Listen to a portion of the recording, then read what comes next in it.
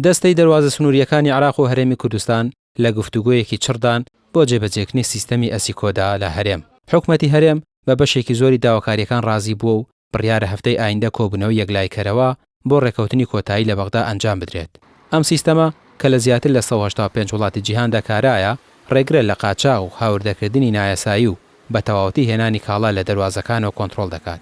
سەرۆک کێشێتی هاوردە و ناردنکارانی کوردستان ئاماژە بۆ دەکات کە ئەم هەنگاوە نرخی خۆراک دادەبەزێنێت، بەڵام بەهۆی زیادبوونی ڕسمی گومرکی لە نێوان 5 بۆ 30 ئەگەری بەرزبوونەوەی نرخی ئۆتۆمبیل و کەلوپەلی ئەلکترۆنی لە ئارادایە.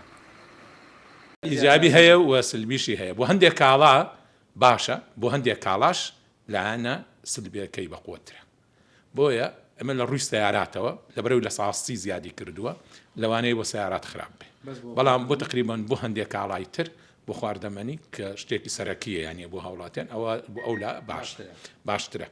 ئێستا لەم کاتەدا لەگەڵ حکوومەتە حکوومەتی هەرێمی کوردستان و حکوومەتی عراق بە یەکەوە لە وتوێژدان تا ئێستا نەگەشتوونەتە نێتیزی ئەخیر، بەڵام ڕوویەکی ترەوە کە سیستەمی ئەسیکۆدا ئەگەر هاتوو لە هەرێمی کوردستان وەکو عراق تەطبیق کرێ، ئەو پێناسە گومرگی کە حکوومەتی عراق دای ناوە ئەو پێناسە گومرگیە زیادی کردووەتە لەم پێناسە گومرگی ئێستا کە لە هەرێمی کوردستان تەطبیق بێ لەوێ زیادی تایەوەتە هەموو کاڵاکان نرخەکانیان زیادی کردووە. ئەو جێبەجێکردنی ئەم سیستەمە ڕێگە دەدات بە بازرگانەکانی هەرێم دۆلار بە نرخی بانکی ناوەندی وەربگرن.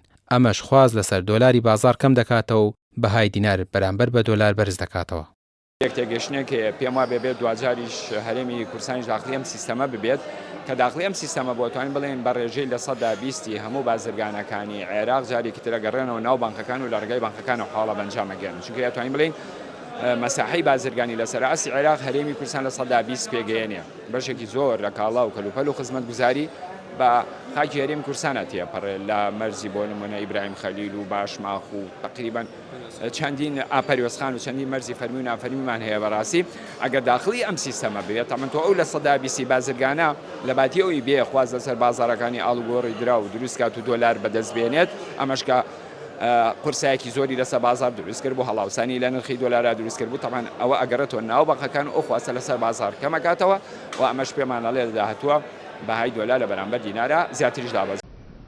حکومەتی هەرێم لە بەرامبەر جێبەجێکردنی ئەم سیستەمەدا مەرجی هەیە و داوا دەکات بڕی ئەو 120 میلیارد دینارە کەم بکرێتەوە کە وەک داهاتی نانەوتی بۆ موچە دیاری کراوە.